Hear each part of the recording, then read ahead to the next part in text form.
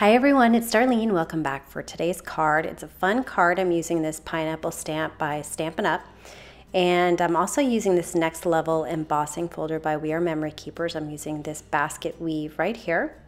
And I'm going to start by stamping my pineapple with my MISTI. Notice I've taken my black foam piece out because there's foam on the stamp.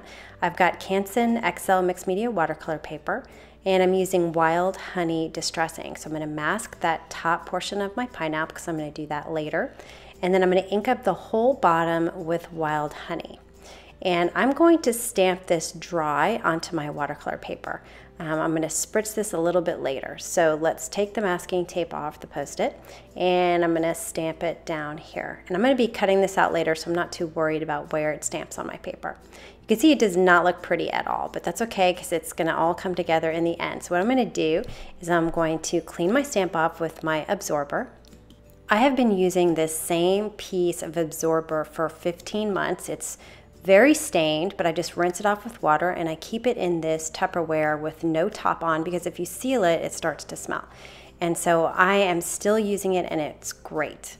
All right, so after I clean my stamp, my next step is to add a different color, and I'm using Vintage Photo. And I'm coloring the stamp just at the bottom of each one of those little pieces there of the pineapple. And I'm just kind of scribbling. There's really no method to it. I'm just scribbling it up toward the top. And then I'm going to spritz it, and this is a very, very light spritz. You do not want a lot of water. It's just one time that I'm going to spritz it from pretty far away. I want to say about 2 feet above my work surface. I'm just going to get rid of some of that excess water where I don't want it stamped. And the reason why I don't want to get too much water on here is because it'll creep over the lines of the stamp, and I want to maintain those white lines in between the different pieces of this pineapple. So you can see it looks pretty darn messy. But that's okay. This is watercolor paper, and so it's textured, and Distress ink is not really very good for just plain stamping. So what I'm going to do is take my aqua painter and just move the color around. I'm not going to add any color, and I'm not really going to wipe off any color. It's just plain water coming out of the tube of my paintbrush here. And I'm just making sure that I cover all the white areas so I get a nice smooth application of color. And I'm also going to be careful to stay within all these white lines so I can preserve the image itself.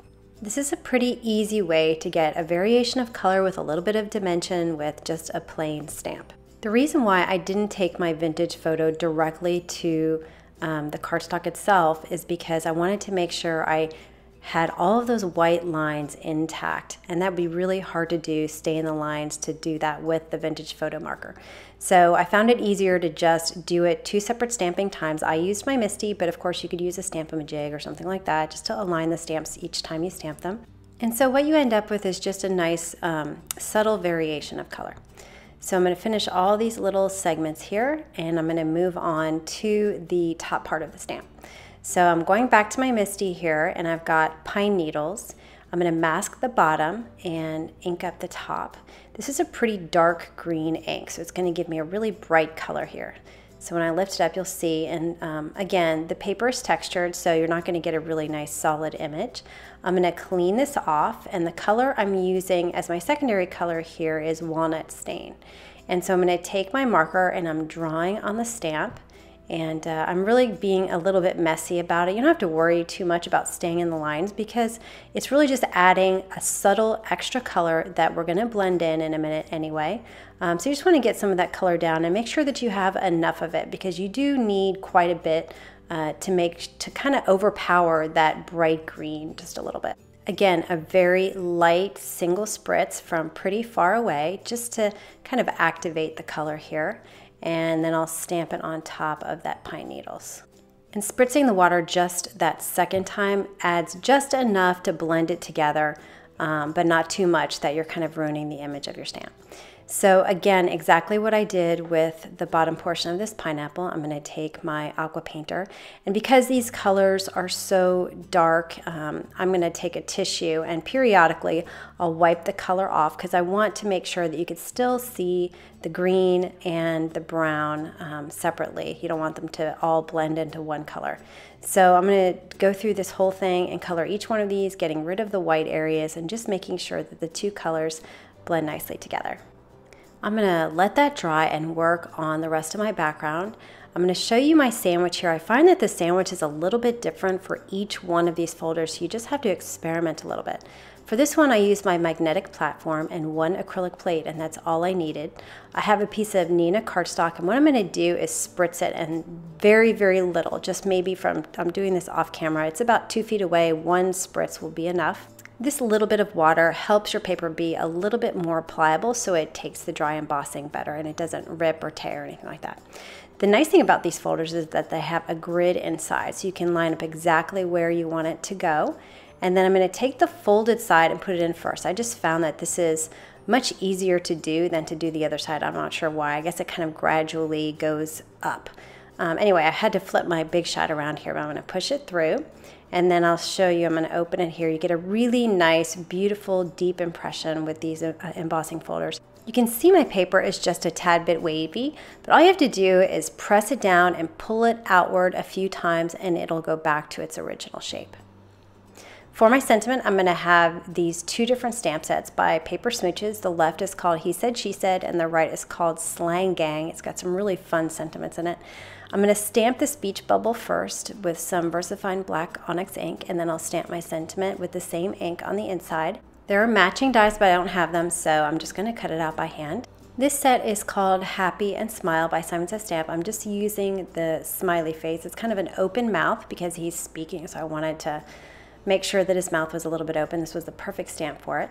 And now I'm going to pop up my pineapple, and I'm using some Scotch foam tape, so I'm just covering the back with the foam tape. I'm going to set him off to the right a little bit, and that'll leave me some room for my speech bubble that'll go on the left. And plus I didn't want it centered, I wanted something a little bit different. So I'm going to use the lines of the basket weave to get him lined up there. And then I did the same thing for the speech bubble, just put some Scotch foam tape on the back. You can see I kind of played around with where I wanted it. At first I put it a little further to the left and I thought it didn't look good, so I picked it up and I started putting it on top, and then I decided underneath was going to be good, and I really like the way this looks because it really connects the pineapple with the speech bubble when you touch them together. To adhere this to my card base, because it's so textured, I'm going to need glue. So I'm going to put some Tombow Mono Multi Glue pretty much everywhere on this. I loaded it up, and especially around the edges. And I'm going to take my A2 folded cardstock, this is also Neenah, and I'm just going to put it right on top and just make sure, I took quite a few minutes to just press down and make sure all the different parts of this background were adhering to my card base. It did, I think it shrunk up my paper, the embossing folder, which is not a big deal. I just took a scissor and I just cut it off so that everything was even at the bottom. And now it's time to put eyes on him. These are just some eyes I got from Joann's in the craft section, the kids craft section. They actually are adhesive. There's a little tab off to the side that you can peel off the backing, and then they're sticking. You just stick them right on. I kind of played around with where I wanted the eyes to be. At first I had them way up high. I'll show you up here. I thought that was cute, but then Courtney was like, you ought to put them lower, Mom. And so I tried that, and it looks so much cuter when they were lower. So just something to think about when you're doing something like this. Anyway, so I just popped those eyes on, and I thought it was really cute. It really added some character to this pineapple. So I'm just going to peel the backing off the other one and just put it down there. And that is the card for today. So I hope you enjoyed it. I'm not really into pineapples much, but they're so popular right now. And actually, Courtney told me she wanted me to get this stamp, so I got it for her. Anyway, I hope you enjoyed this, and I will see you next time. Thanks for watching.